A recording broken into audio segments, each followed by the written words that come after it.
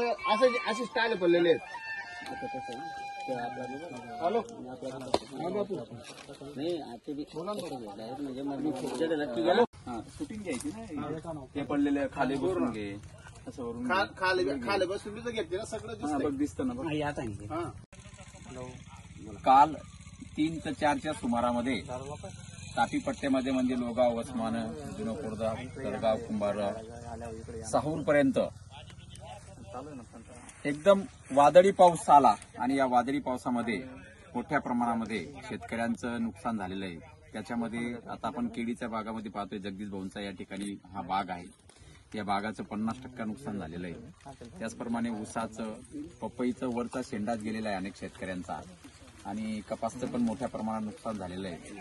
तर मका सर्व जे काही पिकं आहे जे फक्त लहान पिकं होती ती वाचलेली आहेत परंतु जे मोठे झालेली पिके ज्या सगळ्यांचं नुकसान या ठिकाणी झालेलं आहे.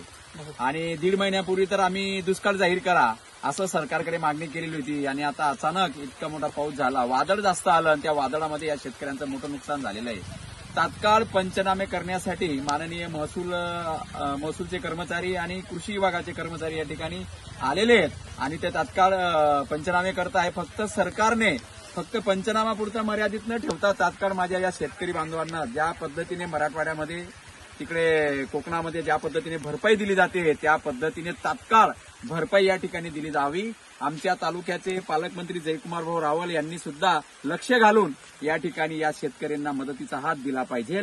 आणि जर फक्त पंचनामा केलं आणि मदत जर मिळाली नाही मग नाईलाज असतं आम्ही उद्धव बाळासाहेब ठाकरे गटाच्या वतीने किंवा महाविकास आघाडीच्या वतीने या ठिकाणी आम्हाला तालुक्यामध्ये आंदोलन उभं करावं लागेल आणि शेतकऱ्याच्या पाठीशी उभं राहावं लागेल. आता शेतकऱ्यांना पण मी आवाहन करतो तुम्ही धीर सोडू नका. नक्कीच या ठिकाणी पालकमंत्री पण आपले जयकुमार भाऊ याच्यात हस्तक्षेप करून आपल्याला मदतीसाठी पुढाकार घेतील आणि नाही झालं तर मग आपण सगळेजण नाईलाजाने आपल्याला आंदोलन करावं लागेल.